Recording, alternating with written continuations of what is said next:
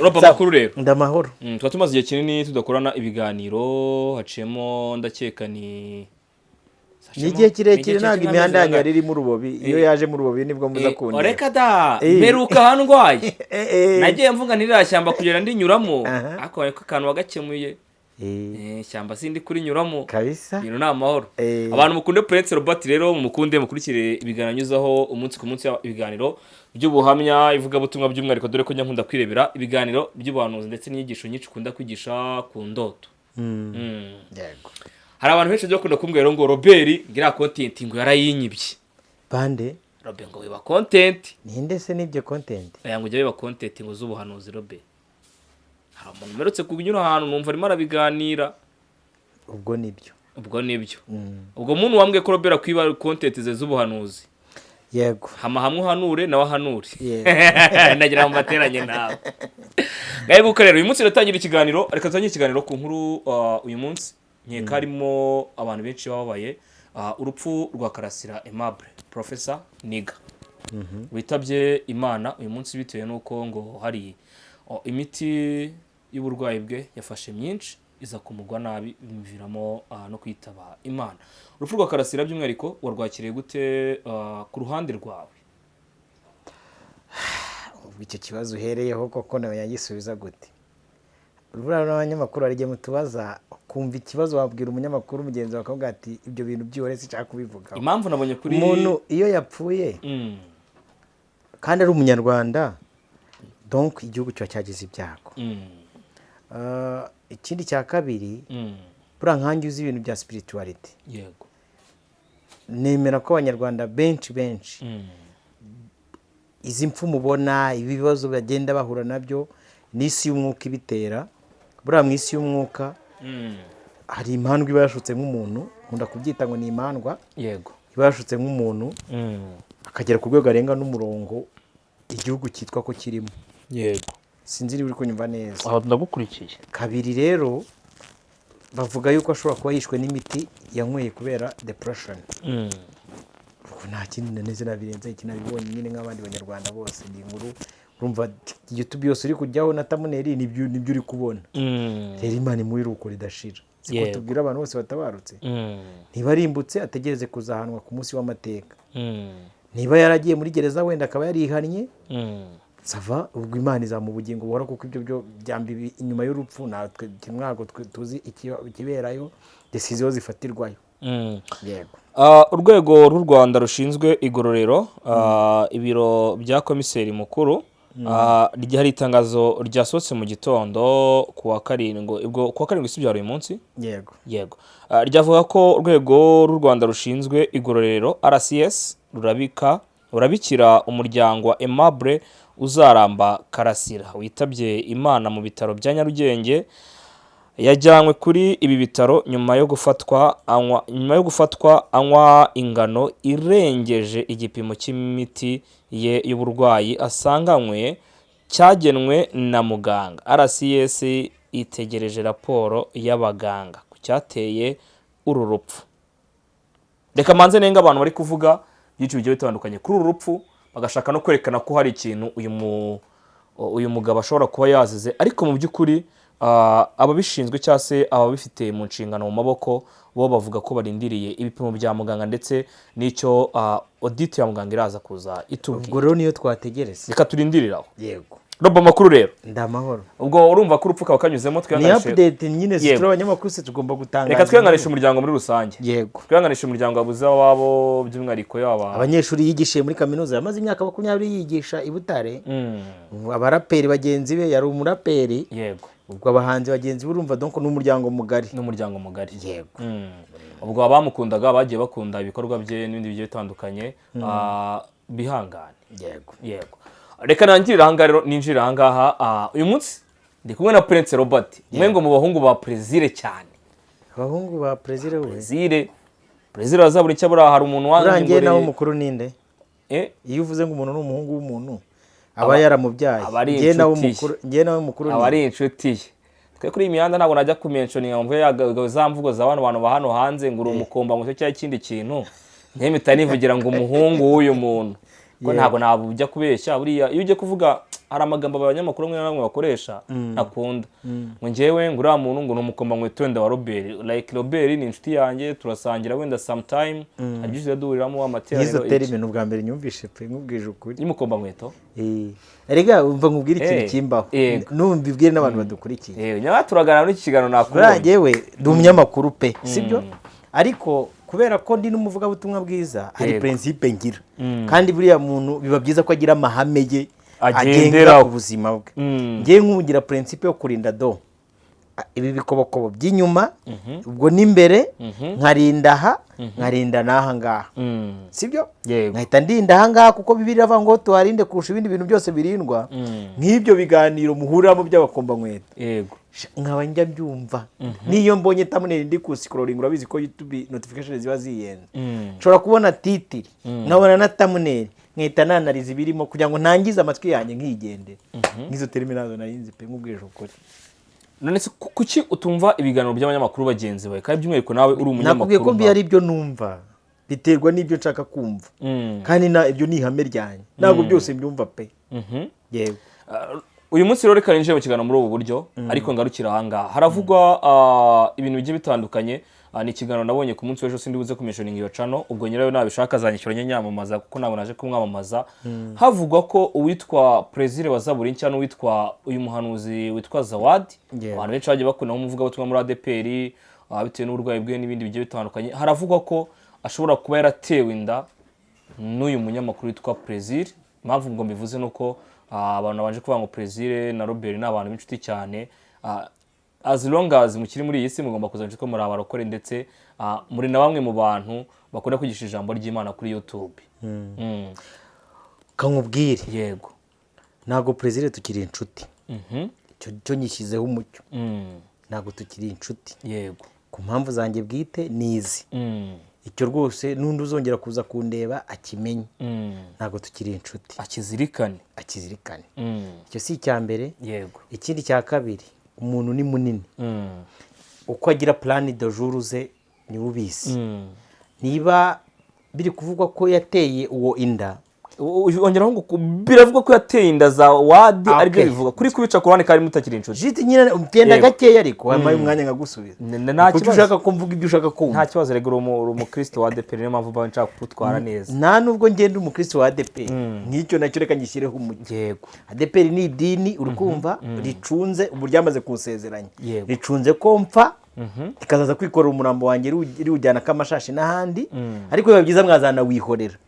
Urikumva ngenda umukristo wo mu itorero rya Kristo. Ko wihenura ku idini se? Ndacyari gihenuraho. Nzahora narigihenuraho. Kuko naje gusanga mu bo ryari rijyanye Gehenomu nanjye nari ndimo. Iyo Yesu atamfata ngo pakurura iki kigare cyabo, ubu nanjye nari ndi mu mubare w'abazarimbuka. Nta kibazo, aho ngaho turagenda. Maze kunyumva neza. Hanyuma rero ikindi cya kabiri, sibyo? Kuko ngenda umukristo nkaba n'umunyamakuru. Buriya ubukristo n'umunyamakuru buri pro. Pani ibi by'aba YouTuber n'aba influencer. Umunyamakuru uri pro agomba gukora inkuru ifite ethique médiatique. Iyo tuvuze ethique médiatique na ama ethique y'itangazamakuru. Ugomba kurinda credibility yawe. Ukarinda accuracy yawe. Sibyo? Ukirinda gutangaza inkuru za bias. Ari uwo Zawadi nge maso yanjye saramuciryera ngo ubone ko atwite. Turi kugendana. Ari uwo Plaisir niyo mpamvu njya kuvuga nakoresheje ijambo rikora ngo biravugwa. No muri ibyo biravugwa rega nge ntago nemeye gutangaza ibihuha, kuko ijambo ry'Imana ari ikintu ridusaba. Ridusaba kuvuga ngo yego yacu ibe yego na oya yacu ibe oya. Yego. Umbajije uti urabizi ko yaba yaramuteye inda, igisubizo cyanjye kiravuga ngo oya. Ariko urabizi ko ari umubano hagati ya Plaisir na Zawadi uko bakorana ibiganiro n'ibindi bigiye bitandukanye. Ni nk'uko uyu munsi kuva mvuze ngo ntago tukiri inshuti, hari umuntu wari uzi ko tukiri inshuti. Birazwi ko bakorana ibiganiro. Iyo relationship irahari nk'inshuti ye. Kuko wenda akeka uyu munsi wamagaye Zawadi ataguha ikiganiro, ariko we aratega inuza ibukane kumureba bakaganira. Ubwo bafitanye ubushuti na Zawadi cyangwa na Plaisir na Zawadi tukiri inshuti. Ça c'est bien. Uyu munsi yagendeye ku bya Prince Robert uvuga ko atakiri inshuti na Plaisir, ubwo icyo bapfuye abantu bakiri na azakivuga. ntacyo kuki twapfa mutakiri inshuti rero? kuba inshuti se ni iki katumaze dusobanura inshuti ni iki Ubushuti bugira ibintu ubundi bitatu reka nsobanure definition y'ubushuti reka nanjye mbanza ngira ikintu mbwira abantu. Yego. Ubushuti bugira ibintu bitatu ngewe ngenderaho bushobora kumuza n'umuntu. Dukorana bushobora kuba ubushuti bwa mbere, Yego. tuvukana ku mubyeyi umwe cyangwa icyo dupfana mu muryango. Icyo kintu gishobora kumuza nawe mu bushuti. umva rero ngusobanuye icyo bita ubushuti. Abanyarwanda baba mu byiciro bine. hari umuntu muba muziranye. Yego. iyo umuntu muziranye ni iki? Ni bwa ni bwa igihe bushuti hori dushobora guhurira Uganda yavuga ikinyarwanda neza pronunciation yacu atari kumwe abagande bavuga muraho uri kumva cyangwa abazungu ngiye nkavuga muraho wowe ukavuga muraho ngiye kuko uri umunyarwanda mwene wacu mitavuga ati uyu ni umunyarwanda Mwene wacu wacu. tukaganira Yego. uwo muntu muziranye usanze hari umuntu uri kumuhemukira wahita uvuga ati uyu muntu ni inshuti yanjye turaziranye. Yego. turi kugendana ndagira ngo utangaze ko umuntu muziranye uri kumva hari ikintu cyaba gitumye muziranye. iyo icyo kintu kibayemo icyo bita amabanga uwo muntu aba ari inshuti yawe. Yego. turi kugendana Turagendana. ku kazi mukora mu musengero musengana. iyo umuntu mubana ku rusengero ariko hejuru y'uko mugira amateraniro hamwe mukaba mujya guterana ukwanyu mugakora amasengesho uwo muntu aba ari inshuti yawe. hari n'abo bita abavandimwe. Yego. umuvandimwe ni umuntu muva mu ndimwe mama wawe na papa wawe babyaye. Apana abandi b'iyi minsi birirwa batubeshya ngo Ibyo urara bya ngo brother- abavandimwe. bariya hari abo bita inuza abanywanyi. umunywanyi ni iki? ni umuntu mu isi y'umwuka mwagiranye igihango. kabiri kuko dufate nk'umugore n'umugabo. buri umugore n'umugabo ni abanywanyi nta kintu bapfana. umugore n'umugabo nta kintu baba bapfana, baba bapfana imirimo myiza. iyo ivuyeho baratandukana. Ku mugore ari urubavu rw'umugabo. ni ya madini yanyu nakubwiye ngo umugore n'umugabo bapfana imirimo myiza. Itangiriro ntibirimo. Nitwe twaryanditse. none Si se mwebwe mwabyanditse Robert. aho Bibiliya ivuga ngo umwuka w'Imana ashima urupfu rw'umukiranutsi akavuga ngo imirimo yawe myiza iguherekeze. Iguherekeza. imirimo myiza uzi ngo ni iki? Cyagiye waraje hano mu isi ukangaburira ukankora ibyo byiza nkagushimira usara umugisha ku Mana iguherekeza. Yego. none ndakeka wanyumvishije. Aho turi kugendana. Ubwo rero abantu muri kubyumva Prince Robert na Plaisir magingo aya ntago bagicana uwaka. Ngira ko ndi gukoresha iyo mvugo ariko Prince Robert wenda nawe afite indi mvugo ari buze gukoresha no kuri titre yiwe ariko witwa Prince Robert na Plaisir murumva ko urukundo cyangwa se umubano wabo urimo agatotsi. Sindi butinye kubivuga kuko abarokore benshi burya ngo ni indyarya. Ni indyarya ko hari ibintu ngo batemera kutubwira. Prince Robert uyu munsi wenda ndakugezeho ndi no muri studio yawe. Yego. Ni ikihe kintu gishobora kuba hagati yawe na Plaisir warakibonye ukavuga ngo uyu mubano wanjye nawe reka nkujyane gakeya si byiza ko dukomeza gukorana muri ubu buryo? ntacyo. Nyarwandakazi ntacyo. mu nyumve mwumve ni ikiganiro ntabwo umuntu yifata ngo avaye ngo umuntu tukiri inshuti gutyo gusa. Ako se reka turebe. Robert iyo umugabo n'umugore batandukanye haba hari ikintu cyabatandukanyije. Iyo umwana nyina batandukanye aba ari icyo bita umura batandukanyije umwana n'umubyeyi bagatandukana.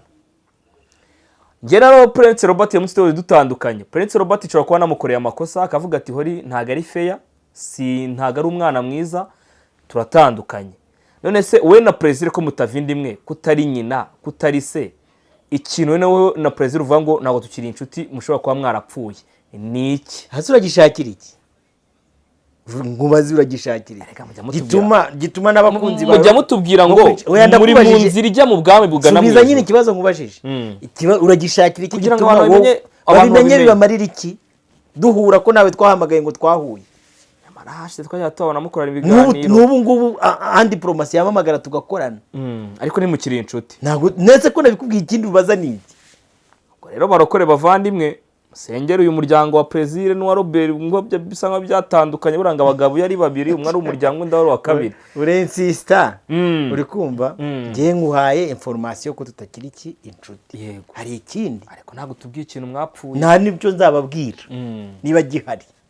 kunzi banje muze kujya kuri Prince Robert ushaka gusanga rimwe azacikwa izo nyabingi nazo ngira pe Robert kanirengeraho ubwo akaba ari agace mbanye kugira ngo mbanze nanagusaze numve ko kiri Robert wa kera yo wacu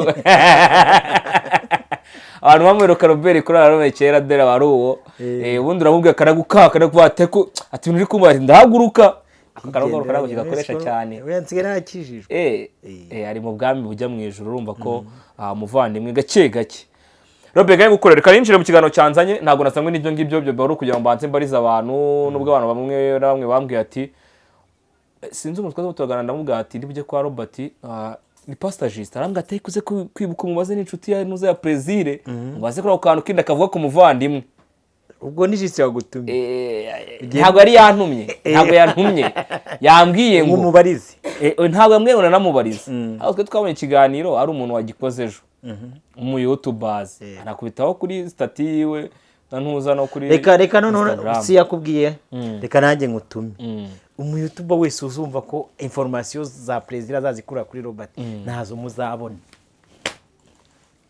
okay simbatumye byumva rero aremeye gucinya inkoro imbere ya Prezire nta kibazo namucinya y'inkoro Robert kanigire mu kiganiro ngakagire mu kiganiro ibintu byanjye nawe ubwo abantu baba uri kunyumva batazagira ngo ngira amatiku nta tiku ngira ari abantu bajya kunda kuvuga ngo ako wakorana na Vitaro kayareka jama buri gihe dore rero uziko ibibazo reka bavuze Prezire buri gihe uvangamo iryo zina indese wereka manze mvuge uvangamo iryo zina kamanze mvuge uyu musaza ni umusaza w'imfura inde Vitari akaba umwana mwiza cyane niye nanjye ndavuze ibibazo byose imizi nyamukuru yizi ntambara zose mubona zo muri social media yego umwe mu bantu bafite makaboko bwatumye haza n'akajagari mu cyitwa ikivuga butumwa ryo kuri YouTube harimo Vitari n'umuntu witwa Ezekiel nuwo Juste turi kuvuga Prezire umusize he Prezire umusize nini sibyo nabwiye se ngo Prezire na Robert ibyaho turabimenya Prezire umusize he musize he ufite ibyo umuzi we ntabwo mbyembiye ariko nawe urabizi kumvuze Vitari arandagarura ibiganiro byashize bipostiye kuri stati nta kibazo Prince Robert ruko gishinze abantu ntabwo ahashizeho umuntu urya no kamukubitisha ntabwo mutese ajya avuga iryo jambo nukankubitisha hashize muziki kw'inkoni mwaciye arizo ziza kubakubitira urajya nkora iki siwe wari umukameramani uwo ni Robert wanjye ariko tugendana ubyibuka ko twaga turi kumwe ntacyo nyine nababonaga ndibanyuza gake ya Robert rata twaga turi kumwe ndaho hirya ndaho hafi nigendera barebaga batize inkoni muri guca muhame hamwe 2025 zizaza zibakubite Prezire zikugereho Robert nibyo dusarura Bose Prezire yabibyiki kuryo atangiye gusarura kumubeshyira yereka impamvu mva mbivuze kuryo atangiye kubeshyirwa ko ashobora gukora atinda za wandi umuntu mu isi y'umwuka aruta abantu uri kumva ikintu kibabwira ko umuntu mu isi y'umwuka baruta Prezire arabaruta mu mwuka niyo mpamvu bumva amagambo yanyu mumusubiramo umunsi ku munsi sibyo turi kugenda biraterwa n'umwuka wariwo haba imyuka myinshi aho imyuka Prezire abaruta mu mwuka y'Imana uwe mwuka ntawe mvuze cyasenga Imana muri urugora ko ryo tavuga umwuka wa mugenzi wawe ariko ndamushaka yiki ariko uvuze ko aruta twese mu mwuka arabaruta nyine niyo mpamvu musubiramo mu kanwa nta muntu ikibaye mumusubiramo ubu nk'ibi bintu wenda n'urugero by'ubiza wadi yego urashaka kubisimbuka kuri kuvuga ubu wabaza nk'aba banyamakuru bose muri kuza ariko nawe ndizera inkuru warazibonye kuri YouTube ko bazipost oya nazibonye nabonye no kwikaze Claude yabikoze oya ariko jewe ntabwo anyishoye ngo ngiye mwishyura bajye nta kibazo nge nta kibazo basi nyete kuri Prince Robert murebe inkuru ari gukora z'ubanuzi ariko wowe ndavuze ntawe nzi wowe ngo akora iki wa mudamu ujye ukunda kubagaburira mu Bugesera n'umugabo we agahita ucyurira ze wundi wari kumwe na Pasteur Gabriel ntabwo muzi uriya bari kumusirina ndera Imana ifite PS abantu barumva ni Pastor Claude nge nabonye abizana reka mbishyireho mucyo mbona icyo kintu nyine ndavuga ni buri ninjye kwa Prince Robert ko umuvandimwe Juste twazanye ibiganiro bwani ntabwo turi bukorane ndi bujye gukorana na Prince Robert ko twekora mu masaha 8 saa 9 batigiye kwa Prince Robert sindi buboneke atari kuze kumwibuka ngo se karakantu numvishe bavuga ati se hari amakuru afiteho niyo mpamvu nanjye buri wabonye nka kubaza ariko singatindeho aya ni amakuru mfite ni ukuri pe kandi niyo reality ntabyo nzi pe ariko se uramutse usanze Prezire koko yaratenda zawadi ku ruhande rwawe wabyitwara mute wabyakira nta gitangaza cyakimwe se niwe waba ubivumbuye ubu mu Rwanda rufite miliyoni 13 z'abaturage harimo abagabo nibura miliyoni 5 z'abagabo batera inda ubu urumva icyo kintu ari we waba ukivumbuye cyaba ari igitangaza ku makoza wadi yabasenyeye Plaisir amusenyera iki se amusenyera iki reba ko rwa Plaisir na Benitaro rubakitse Robert none se kukimuza kurusenya bande se kandi wumva abo bagutuma nguze kubaza nyamara aho byavuye kuko bazi ubwenge nawe aho byavuye urahumvishe ko tutangira kubidushyiraho sibyo kandi aho byavuye imva n'imvano yaho rega none numwarya nagwe yica rubanda bazamutse se ko nabonye undi bazi kujya Gicumbi na za Ngororero na no bakajya kureba bukanibona ahantu kureba bakajya kubaza amakuru bakaza bagatangaza amakuru ari deyeri sibyo ko byaba byiza buriya kugira ngo uze utangazeho umuntu ikintu cy'igihuha yego sibyo birashoboka ko bishobora kuba ari byo cyangwa se ntaba ari byo ariko byaba byiza njya mbona abana b'abahungu bazi kwatsa amamodoka bakagenda nyamara ndagera kwa Zawadi muguziga nta kibazo mu Rwanda ariko yise umwana we ubu niwe ugezweho niyo gahunda ntabwo ari ugezweho uyu munsi nibuze kuzana ibyavuzwe byinshi reka mbwira abantu uyu munsi topic ngomba kuganira wari topic witwa Pastor Fanny Pastor Mutesi by'umwihariko Pastor Gaby niyo topic ngewe uyu munsi isa nkaho yangejeje kuri Prince Robert ni umwe mu bantu babanye na Pastor Fanny na Pastor Gaby byibuza mu gihe kitari gitoya nk'imyaka nk'ibiri byibuza mwarayibanye asubwo bivuze gutyo ngo babanye uba narabaye mu rugo rwabo twarakoranye nkuko ari kuvuga ngo nawe twarakoranaga na Vitali nuko mbambazaga buriya na Plaisir twarakorana ariko magingo ngano nangaha ngewe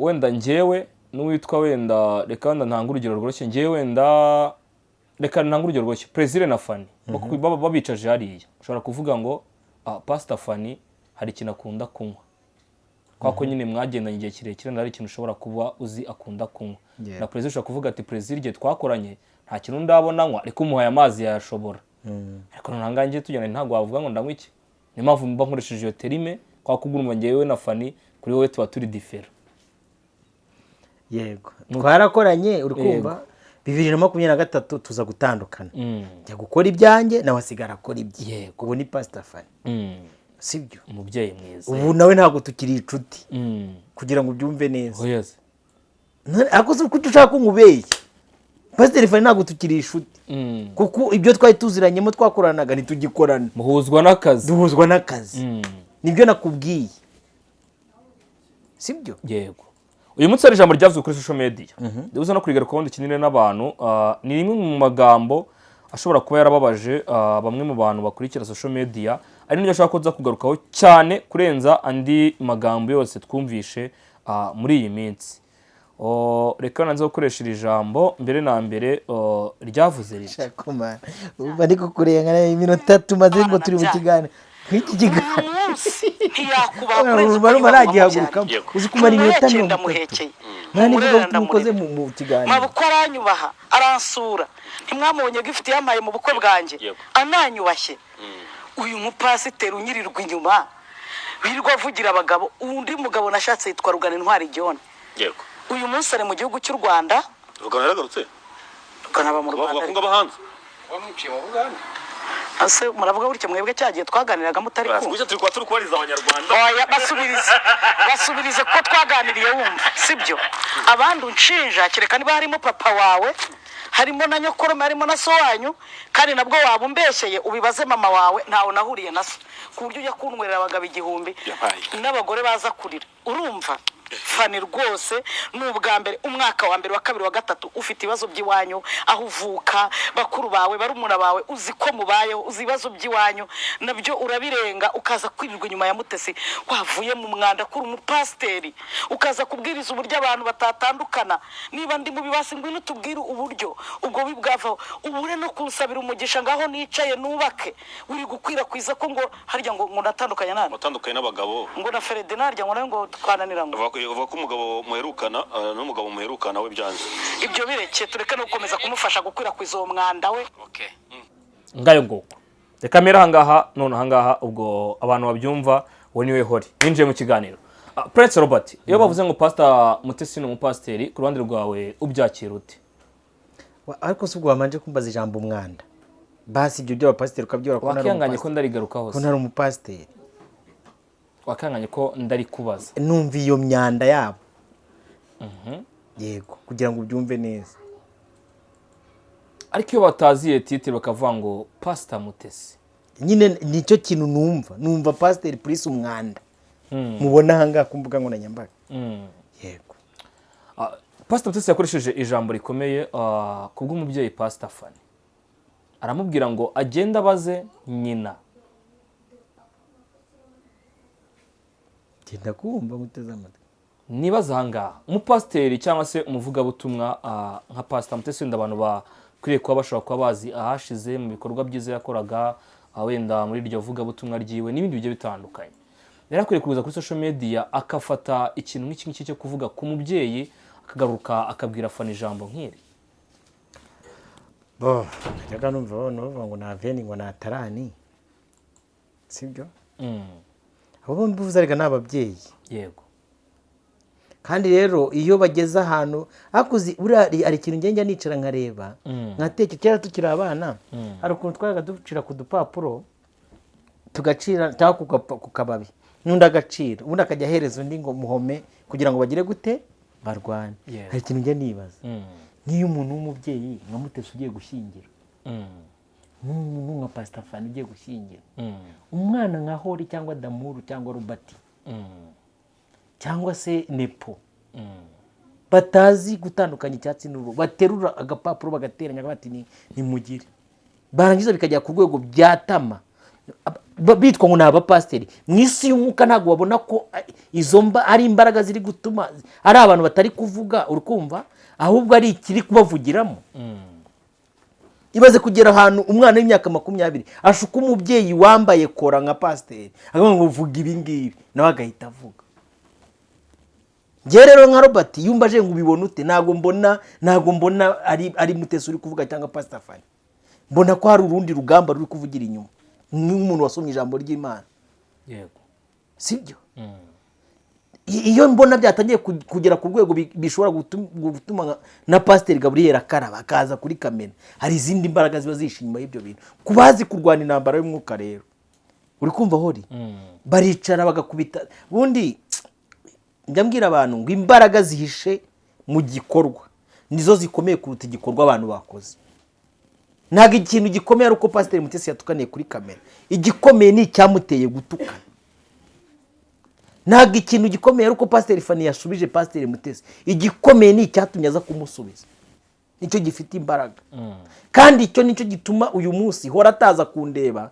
batashwanye ngo aze tuganire ijambo ry'Imana izo mbaraga ziba zihishe inyuma rero mu isi y'umwuka niho umuntu agomba kugira gute gukubitira niho cyahavuye ikiganiro mu minsi yashize nakoze ndavuga ngo Imana ya Pastor Mutesi siyo yanjye nubwo ngira umwaka kuko nitwa ko ndi umuvugabutumwa uri kumva kubera ko urugendo turimo ari rw'ivugabutumwa uraza kumbaza ngo wabibonye gute ubundi nabonye ko ari umwanda nyine nk'uko nabo babivuga kandi umwanda wo mu mwuka buriya hari ibintu ngiye nuza ibiganiro nkabyumva ngo mu isi y'umwuka ndi kukubona uri umwana urumva bari ibintu bari kureba abandi bakonsomateri bo batari kureba bari kureba abantu batukanye nge rero nk'umunyamwuka mba ndeba umwuka nkanahita njya kureba icyo ijambo ry'Imana rivuga iki Pawulo yandikiye Abefeso aravuga ati nyamara mukomerere mu mbaraga z'umwami no mu bushobozi bwe bwinshi mwambara intwaro zose nta n'imwe ivuyemo uricara Mutesi akavuga ngo arakijijwe iyo ni ingofero akavuga neza ko akijijwe ukabyumva neza washaka icyitwa ukuri nk'umukandara turi kugendana turagendana Pastor Fanny akavuga ati ngenda kijijwe na Pastor Gabriel na Pastor Claude ingofero ukabona ko bayambaye y'agakiza yitwa gakiza ariko se reka mbazi ni deep mwaba pastor imwe mwakijijwe iki Bibiliya ngo natwe twarabo kugirwa umujinya nk'abahindura abazima na Kristo ibyakera babishize wakitegereza inkweto icyo bita inkweto gasanga abantu bambaye pirate babyita ubutumwa bwiza ko aravuga ubutumwa bwiza bwa Yesu Kristo ariko inkweto iyo uzitegereje amahoro aza akanyuramo turi kugendana turagendana cyane urasaka mu biganza wareba mu mwuka nk'uko bari kuvuga ngo turebere mu mwuka wasaka mu biganza wareba inkota ukayibura ariyo yitwa ijambo ry'Imana akora iki ese ko Bibiliya yavuze ngo kwizera ni ukumenya rwose ibyiringirwa udashidikanya ko ibintu Imana yavuze ari ukuri. Urareba mu mutima, ureba niba ari contrantibale, uri kumva icyo bita ingabo idukingira yitwa kwizera, ukayibura. Ese reka turenge imbibi z'umuntu w'inyuma wambaye imyambaro y'urugamba, kuko umuririmbyi aririmba ngo turabasirikare benshi, katwinjire mu cyo bita imbere. Buriya avoka yera avoka, imineke, igitoki kikera imineke, ibigori bikera ibigori. Reka twinjire mu cyo bita imbuto, ari naho Yesu yavuze ngo tuzarebera abantu ku mbuto zabo bera. Kuki abantu mutubuza kureba abantu imbuto bari kwera? Muratuburiza iki mu makomanteri yanyu mutwandikira mutubuza kuvuga ku mbuto abantu bari kwera? Nyamara iyo zivuzeho baza batera induru, barasakuza. Kandi indibu yera indibu, intobo ikera intobo. Umuntu aricaye yeza umutanga, murabona ko ari umutanga. Kuki mudusaba kuwita igihaza? hari n'umwana uretse kumbwira ngo burya shango ngo girlfriend narabibonye shango ntambwe ibyara inka. Voilà. Wari wabona ihene yabyaye intama? Ni ryari wabonye umuntu yabyaye intare? Nyamara Bible iravuga ngo bambaye uruhu rw'intama ariko mo imbere bafite ishusho yo kwera bahakana imbaraga zako. ariko imbere ngo ni amasega arya. Yes. Ubwo se nibajya hano ngo niba ryano inyoni. Ubwo nubahanuye. Ture imbuto turazirebye. Sibyo? Uwandikiye itoro ry'Abagalati yaravuze ngo dore mwumve neza. Ikimbuto icyo bita imbuto umukiranutsi yera, kugira neza, kwihangana. Kuki twambaye ishusho yo kugira neza ariko mo imbere hatarimo kugira neza? Cyose muri ubwo bugira neza bwacu niho turiganyiriza abatishoboye. Nyine urumva twebwe ikanzu twambaye yitwa gira neza, ariko ibyo dukora ni ubuhemu, ni uburiganya, ugupfukamira imfubyi, abapfakazi. Bafite ishusho yo kwera mu maso ariko mu mitima bahakana imbaraga zako. Utwigishe Mana kubara iminsi yacu kugira ngo dushobore gutunga imitima y'ubwenge. Intwari zirananiwe hasigaye aho intwarane, abara b'imbere dore babaye ab'inyuma, barareba kubiboneka by'akanya gato bakirengagiza ibitaboneka bizarama. Uri kumva? Tuganire. Niba abantu kwambara inyuma intwaro z'Imana bibananiye, reka turebemo imbere basi umuntu w'imbere. Ese umuntu w'imbere ari kwera imbuto z'abizera?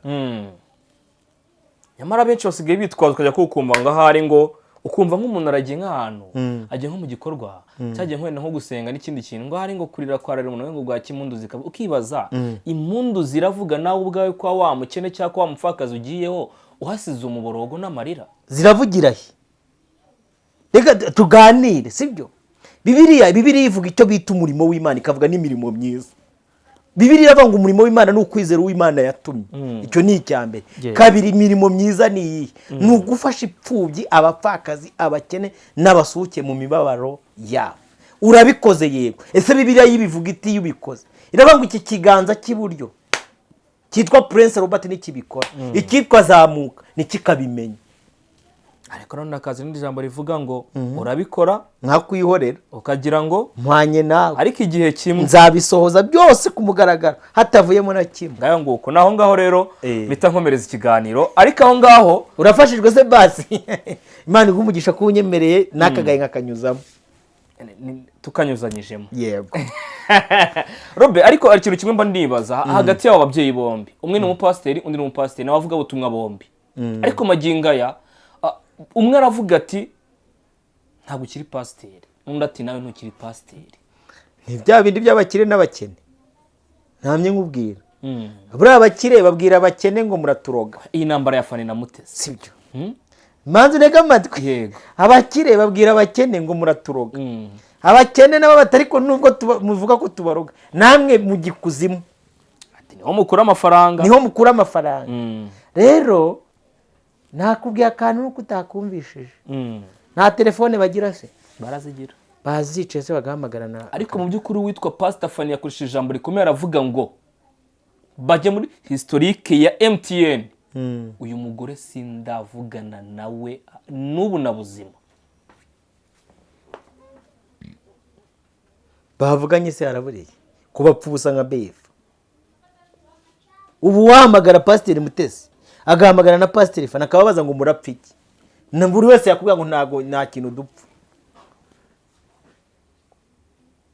Nikiyese nerega ibintu byose mukabigira ubuze Mutesi ko yagiye kuri kamera akavuga ngo Prince Robert ngo nta mapingu yakubira, ntarabeshya se ne namufashe tamuneriye urukumva simushiraho ari mu mapingu biramubabaza. Mwiye kumusaba imbabazi akavuga ati mbabarira nari ndi gucuruza nkuko mubivuga urukumva ndagukosereza mbabarira. Ibyo bitwaye wari uri kuri YouTube none se ari isoko ry'imbura mu maro ntabwo ari ry'imbura mu maro cyane. Ufasha Mutesi umwita imbura mu maro, mvuze isoko ujye wumva neza nanjye ndi ku isoko ry'imbura mu maro cyane. nawe se None nawe uri imbura mu maro nakubwe ariko nyamara tuba twashoye interineti y'amafaranga Robert ubivuga uziga tubaje gushora interineti y'amafaranga dushora amatike yacu. oya nari mbivugiye ukuntu Robert iyi kamera ntago yaguhenze nese izo mikoro wambaye warazitoraguye. nari mbishingiye ku minota tumaze ariko Imana ishimwe ko nabuzemo umumaro hari akantu nkoze. Ntago ari imbura mu maro bambe interineti amamashini n'iki twarabiguze. Kangarukira ngo rero reka njya ku kavido ka kabiri kuko uyu munsi ndibuze kwifashisha utuntu.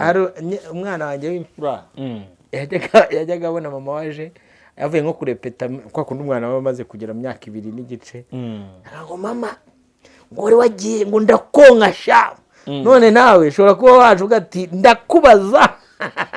Ariko buriya ntugirirwe umugisha wo gura n'umuntu umwanya gwaye igihe ubyaza umusaruro nta kibazo ukaje nejo bundi ashobora kwisubira.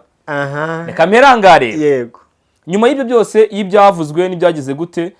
Reka mpere kuri kano kantu kari kavuzwe n'umwe mu babyeyi witwa Pastor Gaby, ari nayo mpamvu ubu bantu mumvishe ako ndiri buze kunyuzamo ka Mutesi, ariko mpere kuri kano. Buriya bari abagabo nanabivuga ari abagabo ntabwo bamurongora ahubwo ni ubarongora. Yes. Kubera iki se umugore w'ingare se ari umurongora ararongora ni nyiranzirongora n'itungo ni uvugwa noneho niba atari uvugwa ari unavuga n'umugabo nazi ari yese ko ari aho ngaho ari mu makarito ari mu masafuriya ari mu ntuza ngayo nguko. Witwa Pastor Gaby aragira ati Mutesi ntago ubundi ari umugore. Uyu mugore wewe ku bwa Pastor Gaby we amubona nka nyiranzirongora n'itunge cyangwa nk'umugore warongoye umugabo ariko akitunga.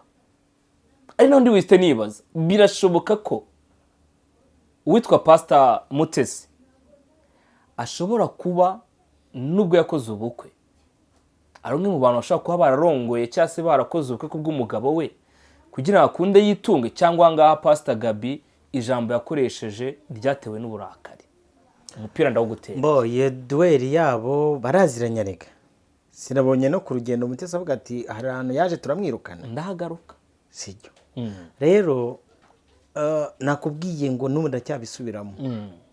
Ntago ngiye ndi muri ba bantu bareba ibyo abantu bakoze, ndeba impamvu yabyo. Ubuhori ushobora kwitereka ukaza ukamwe ati mbonye umugore wawe ari kuguca inyuma, nkavuga ati okay ni byiza. Hanyuma nkajya gukora ubushakashatsi kuko se yanciye inyuma yego niki cyabiteye. N'urugero nandi n'urugero ngo typique sibyo ese koko yanciye inyuma uri kumva tanaziranye. N'urugero nandi ari genya mpamagara nimero yawe madamu akayatambwira ngo Prince Robert ni madamu nkavuga nyine buretse banze ngo urugero nguhaye ntago nge ndi impubutse ngomba kujya gukora ubushakashatsi nkareba niba ari nge wabiteye kuko nge nshobora gutuma nca inyuma. N'urugero nyine nguhaye kuri ya makosa yanyu y'abagabo, ya makosa y'abagabo n'amafuti yabo. Rero sindi wa muntu babwira ngo umusaza abwira ngo urimbwa nkahita njya kurakara njya kureba impamvu y'ububwa. N'ibyo bintu bumbajije nakubwiye ko inyuma icyo bita behind the scene ikiri mu muntu. Buri umuntu amaji yaririmbye neza aravuga ngo umuntu si inyama n'amaraso n'amagufa umuntu ni ikimwuzuye. Impamvu yo kuvuga iruta kuvuga sibyo turumvikana. ubu bagumye kubikururana kugira ngo aba bana bakumya kubashuka n'abandi bakajya babahereza udupapuro baterana ngo ni mu Rwanda cyagera ahantu hamwe bamwe bagera no kuri bya bindi by'amakarita atabara n'ibiki byose ariko ku muntu uzi gutekereza bagomba kuza akabaza ko si umuntu dupiki icyo ni icya mbere. Ikindi cya kabiri ese koko titire twambaye turarinda ubutumwa bwiza ariko agakiza barakaproteje. Bibiliya nose Pawulo yandikiraga bizera ubu suko ibintu byose tutabyemerewe. Yego. Uzi muri ngewe ko nayo ndi umunyabyaha muri ngewe gutukana kuzuyemo kwiba binyuzuyemo gusambana binyuze aho uri muri ngewe ni ubasha kubitsindagira nibibyuke. Sinzi ni muri kunyumva neza. Rero ijambo ry'Imana riravuga ngo murarindwe umwuka wanyu cyo ni icyambere. Umubiri wanyu n'ubugingo bwanyu nibizeho umugayo. Niryari bizaho umugayo se ni igihe Satani n'abademoni bestaraga. Ariko baratubeshye mu bintu badukoreshejemo mu nsengero zabo bagiye batubwirizamo ngo Kristo uri muri nge nanjye nkaba muri we niwe nizera. Ngo kandi ngo ni nawe nkoresha ibyo nkwiriye gukora. Ari naho ndibite nibaza ngo ese ubu Kristo uri muri bo yashutse Gabajya kubwira Mutesi ari amagambo ashuka Mutesi avuga ari amagambo Fana avuga ari amagambo Korode avuga ari amagambo n'abandi batandukanye. Imana igumugisha ubwo utangiye gukoresha umwuka wo kurondora urukumva nakumvishe bayita esprit de discernement none gutangira gukora sentence ukavuga ati ko ubu Yesu ni Yesu ukuri koko abyumvishije urumva ubaye nka wa mubyeyi wagiye hana bata ariko ukuntu nabonye ubutumwa buri kwatangwa na nyiri ubutumwa shabara mu rusetu wanyumvishije niba umuntu ashobora kuba atunze Yesu bashyiranamo ikote bagashiranamo ibubu bati ngwino tujyane tujye kuri kamera turi kumwe Yego.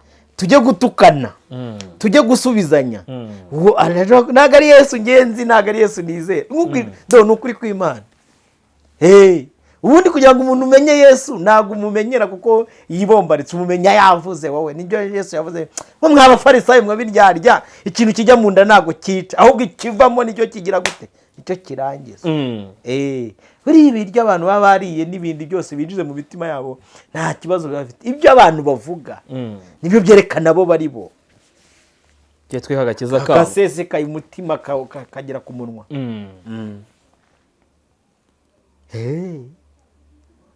Ariko se kuba Gabriel akoresheje iri jambo akavuga ngo yego uyu nguyu mpamvu ndi kwikubaza ni ukuri umubyeyi. Yego. Iyo uza kuba uri umusore ari ikibazo ntakakubajije. Yego. Uyu munsi uri umubyeyi nawe wenda hari undi mubyeyi mushamiranye ku ruhande akavanga ariko Robert ati ni nyirandongora nitunge nibaza ubu ngubu iri jambo nk'iyo umubyeyi arikoresheje ntishobora kuza rigasenya sosiyete nyarwanda ryo.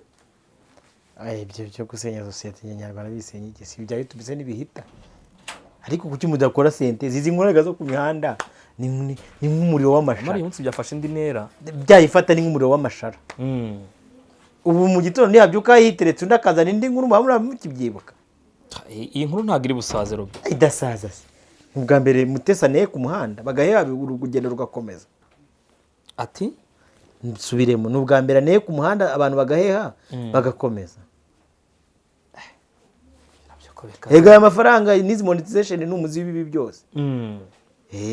Aba nabo batuma itahagera ngaye nguko rero ibaze yego ariko umuntu wanakuye monetization ndavuga ruki ibaze abanyarwanda buretse gatoya ibaze ukuntu baba basizoye batayifite ubu noneho bayifite ko no kwicana bakicana yahagarara ku gipangu iwawe inde umuntu ufite monetize burya azaniwe noneho bajya bahuza kamera ubu iya biharuwe bageze i Musanze kare mbandiyo ibaza nyine ukuntu bameze abanyarwanda. Ariko nateze igicumbi wowe wagiye njya gukora inkuru ariko inkuru twakoze isa nkaho ariyo yazuye ibi byose. Byagenze gute? Byuriya mwana Mutesi yagiye kubeshya akahasheke papa we itazigamiye. Yarayimuhaye none nabonye ngo yayimuhaye yanasabye n'imbabazi. Bira byo gusaba imbabazi ni nyirarubeshywa. Wumvisha ibyo yavuze ku mubyeyi papa w'uyu mwana ni ibintu bidashinga. Nimba utanze ikintu na Bible iravuga ngo koko kw'iburyo nimba ukoze ikintu ukw'ibumoso niko kabimenya. Ariko se nimba umpaye ukarenzaho amagambo ubwo umpaye gusipayinga n'umuryango ho ubu umpaye ikize nibyo nakubwiye ko hari imbaraga ziba zibyishije. Ubu munsi Robert ni umukristo urasenga wizera Imana ngeze aha ngangiye kurangiye kuri ngiye nk'ahantu mise mvango Robert burango nubwo mureba kuriya ngiye abatiretse icupa rya divayi irya konyagi irya kanyanga bya bindi by'ibindi ngo sinibuka ngo nimba ari n'ibiki abivuga byose mu bisanza ariko mu by'ukuri by'ubwo nazagaha wanansengeye ndetse ngira n'ijambo ry'Imana nyura ririmo n'ubuhanuzi wampaye urambwira ati uri witware gutya ushobora kuba hari ikintu Imana igiye guhindura mu buzima bwawe witwararika ariko nanaguherekeza nubwo nari tumaje gusenga we mu modoka yawe cyangwa naho ugiye nkabona naho kugira ngo unywe amazi wiyahuje champagne ariko wajya ku ruhande bimwe wabonyeho Robi ukajya kubinsebya nese ijambo ry'Imana ryo kugira ngo ntago rivuga ku kantu aravuga ngo mbere yuko no kora agatotsi kari mu jisho rya hori nanjye no kora umugogo uri mu ryanjye impamvu abantu benshi babonye aba bana twarenganuye bari barabirenganiye munye na Juste bikaza kubyariza impamvu n'impara n'iki byose bituma uyu munsi Pastor Fari na Pastor Mutesi cyangwa famille ya Pastor Gabi na famille ya Feredina bitari kumvikana buriya rega hari ikintu nshimira Imana buri izi mbuga nkoranyambaga hari ikintu zakoze zikomeye zambuye icyo bita ubwambure zashyize ku karubanda byabaye yankende yuriye igiti voilà ihene urabizi ko iyo zigeze mu rumezi imera gutya imirizo zikeguka niko byabagendekeye yaba n'abandi mutarabona narababwiye ngo muzababona saba bonyine ahangaha 2027 ho haracu wambaye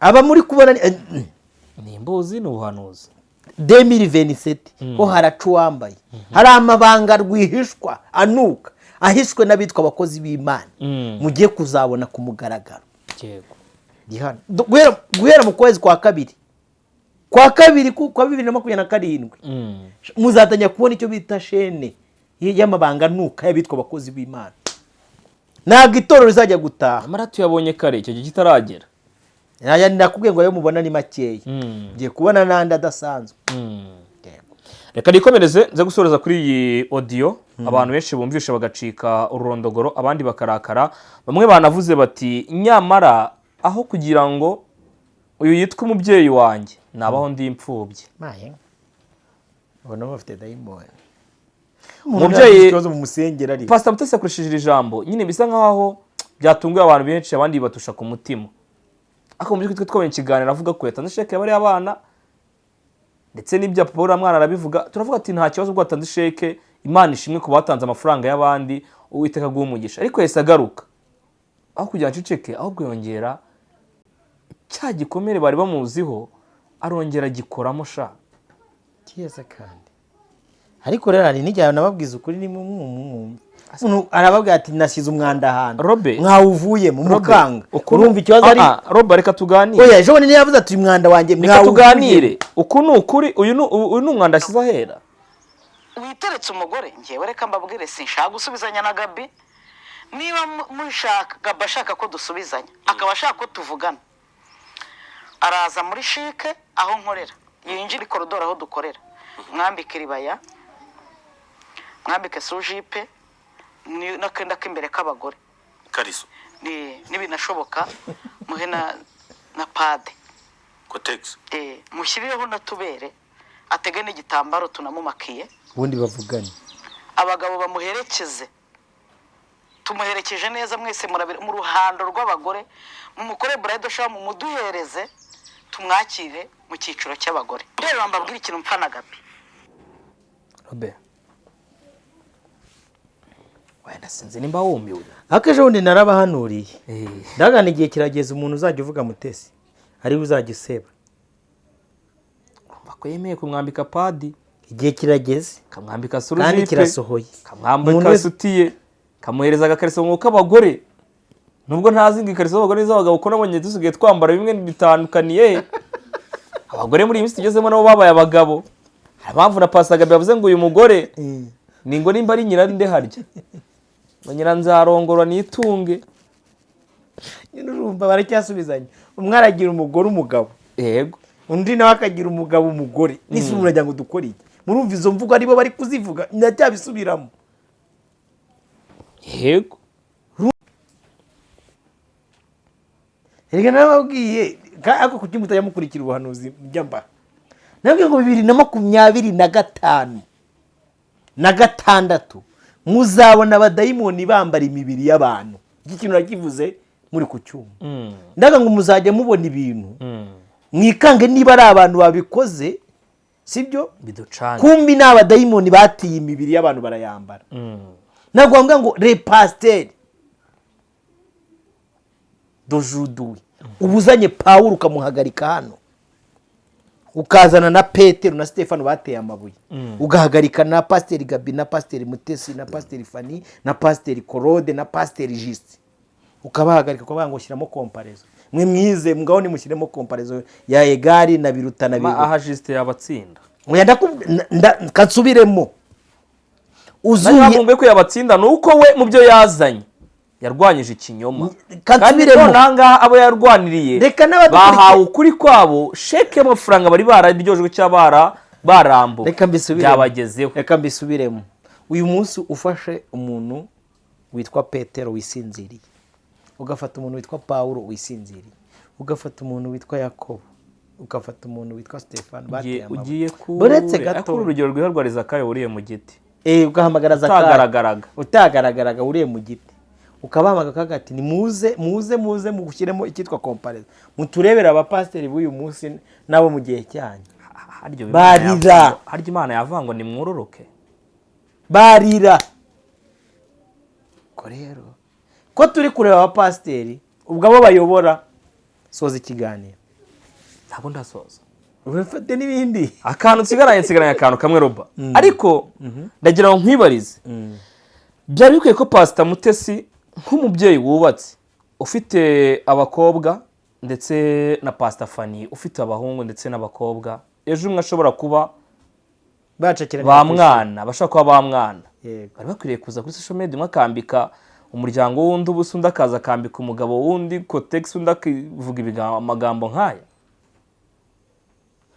uhuye n'umwana mu 2000 wenda mu 2000 donc ufite anomalie quelconque yego ukazongera guhura nawe 2020 abashize imyaka 20 uwo mwana wasanga amabere ataraje cyabarabaye inkumi wasanga ari umusore ubwanwa butaraje bwaraje azi kuki mutekereza ko abantu badakura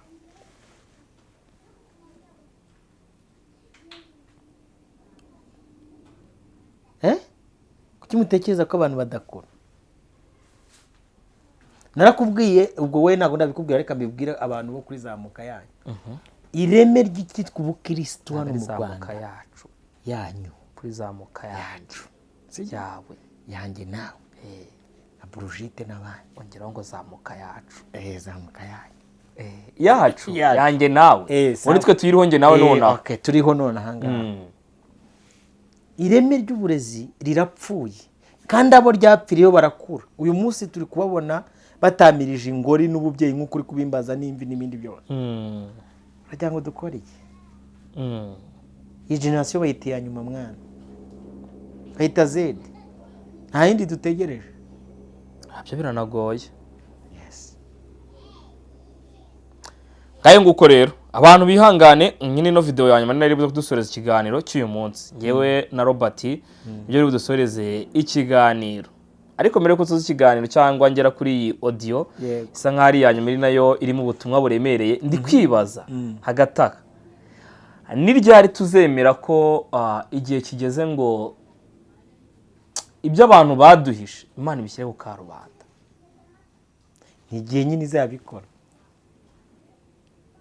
ega abantu baraduhishe batubwira ko bagiye mu ijuru kandi batagiye bahagaze mu marembo batuma nabo batangire babimubwe kabiri nyamara uyu munsi hari umuvandimwe nawe numvishe nubwo bavuga ibigoramye imihoro ikarakara bavuga ko n'abafitiye amadeni abantu ariko kubyakira we byaramunaniye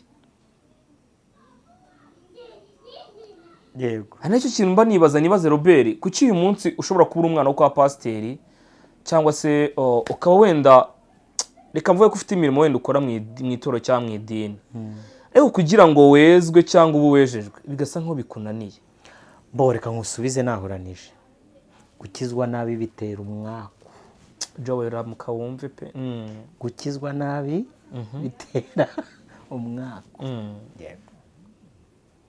iyo ubonye ibyabaye kuri Joel Wiyobokamana Robert ubivugaho iki binsaba kwitonda nanjye ngo bitazambaho kuko uyu ni umwe mu bagabo abantu bazi nk'umwe mu bantu bakoze, reka mvuge ngo aba bantu bose bari guserera uyu munsi muri social media nawe arimo, ni abantu yazanye abaha kamera babwirizaho ubutumwa, tubizera nk'abakozi b'Imana. Uyu munsi aho yandagariye niyo byo bajya bakunda kuvuga ngo burya umubyeyi uvuye mu bana bawe birara, nibwo tubonye ibyaba bano bene data bacu nabo bari kwikora. Ariko wari uzi ko uwazanye inkuru ye bwa mbere ari we wamuzanye? Inde? Joel. Buriya breaking news buri wayizanye niwe wamuzanye bwa mbere. Nta muntu wayizanye bwa mbere, niwe wayizaniye ubwa mbere. Uko abantu nta wari uzi amakuru ya Joel yatajya gukorana ikiganiro na Timamu. Timamu nawe ko yabeshye ko yapfuye. Ariko mu by'ukuri umuvandimwe aragira ngo asabirize amafaranga abone ibimutunga. Ariko ubwami bw'Imana buri kujya Robe. Buratwaranirwa. Aho bajya mubavugishamo imbaraga. Ariko tukwiye gushima. Uri numva napfuka mwashimira Imana. Ijambo ry'Imana rivuga iki? Ravuga ngo hahirwa umuntu w'Iteka atoranya. Muri rimwe mwararimbye indirimbo ya 5 ravuga ngo mu magana menshi y'abanyabyaha yantoranijemo nkumbi inshuti, aravuga ngo ni igitangaza. Niba hari ikintu gishimisha kurusha ibindi bintu byose ni ukubona Imana ikwishura ikaguha agakiza kayo kubuntu, atari ukuvuka akomeye ngende ipfubye itagira kirengera, nta muryango ukomeye ngira, na ubu nk'utu mbona hano mu Rwanda nta n'umuntu wamvuganira, nta n'umuntu wandengera pe nkubwisha ukuri, kuko n'abandeba mu muryango babona ari ngewe umuntu ukomeye. Ariko Yesu akankura aho hantu akavuga ati ngwino wowe ndakubyaye uruwanyu. Nishimwe rikomeye riruta nandi mashimwe yose nukuri pe kubona Yesu akwihishuriye mu maso y'aba pasiteri n'abapotre n'ababishop n'abaprofeti bandagaye bazengereye babuza amahoro mu mutima, ariko ukabona wowe Yesu agutoranijemo muri abo ngabo akavuga ngo ngwino ndakubyaye uruwanyu. Nishimwe rikomeye. Imana y'amahoro ishimwe. Amen. Nukuri mbishimiye Imana pe. Barumva nyine imba mutima zanjye zimanutse kuba nibura Yesu yaramamagaye akantoranya mu magana menshi. Ni igitangaza. Kanere kurira ndaza kujya mu cyumba ndire nongere biteke. Burashobora kubivuga mukumva ni ibintu byoroheje, ariko niba hari ishimwe rikomeye n'umuntu udukurikiye ubizi neza ko afite imva mutima y'ishimwe n'iri ryanjye, niba ufite ubushobozi ugenda ujye ku muhanda wigura agafanta uvuge ngo Yesu warakoze kuba waranyihishuri. Ntagarega Imana bayigisha abantu, reka mbabwize ukuri, ntago Imana bayigisha abantu, nta n'umuntu uzayikwereka keretse gukora ubushakashatsi ugagera ku bintu Imana ishima, Imana ikakwishurira. Mwe arige mureba biri aho ngaho ukumva ngo umuntu ngo yagiye mu ideni, ariko ntago muzi kureba impamvu y'itiyo ituma umuntu ajya mu ideni akagera mu rwego rw'umworero wo kutanyurwa. Aba bose ubona n'izi bibazo uri kubaza nuko Yesu atarabakuraho ikintu cyo kutanyurwa, ku buryo uririmba ukavuga ngo nyuzwe n'ubushuti bwo mu ijuru, nisunze umukiza ukomeye. Hari imbaraga zindi ziba zitwara abantu zibatwaza igitugu, mwe mukabareba rimwe na rimwe mukaza no kubasakuriza hano kuri kamera. Ntago Mutesi yishimiye kuza kwirwa tongana na ba Pasteur Gabriel, ntago ari ibintu binejeje Pasteur Gabriel cyangwa Pasteur Fanny kuza gusubirikanya na Mutesi. Wagira ngo ura n'umunezero wo kubona Pasteur Gabriel ajya kwicara na Pasteur Claude bakongera bagasubiramo ukuntu Claude yikoreye amabuye ajya kumunaga mu mugezi. Nta munezero.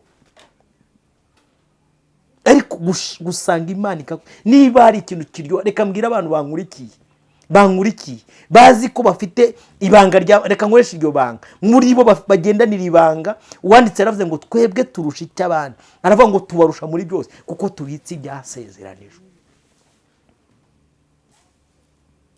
Nge nabo barufite nta n'icyandakaza ngo Mutesi ngo yamvuze, kuko ndabizi neza, nzi ko ngewe umucunguzi wanjye n'umwuka wera undi muri ngewe, ndabizi ko ntacyo mpfa nawe. Ntago ari umwanzi, nuzi umwanzi wanjye dupfike, twaravukanye twarareranywe dupfike, ahubwo ikimurimo nge nzi kugikubita. Nzi neza ko hari uwafashe mikrofone muri wa Kestara akabwiriza icyama Imana, niko umuririmbyi yaririmbye, ndamwinginga ngo Imana ngo Yesu amwishurire. Nicyo kintu musabira. ni nacyo nsabira n'abandi bose birashoboka reka nkubwire birashoboka ko umuntu yavuga akakubwira ngo umuvuga butumwa ariko ibyo avuga bitarimo indani muri we Imana ibamugesha amen.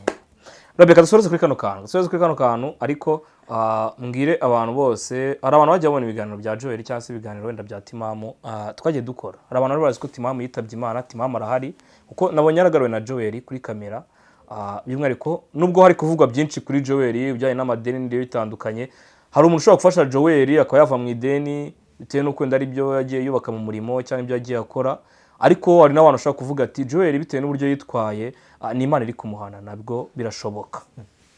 Reka mbwira niba ari abanyamasengesho bazi donc icyo bita gusenga mu by'umwuka babumva bagize ishyaka mbere yuko banatekereza amafaranga manzi basabira umuvandimwe Imana y'amahoro imukure mu mworera.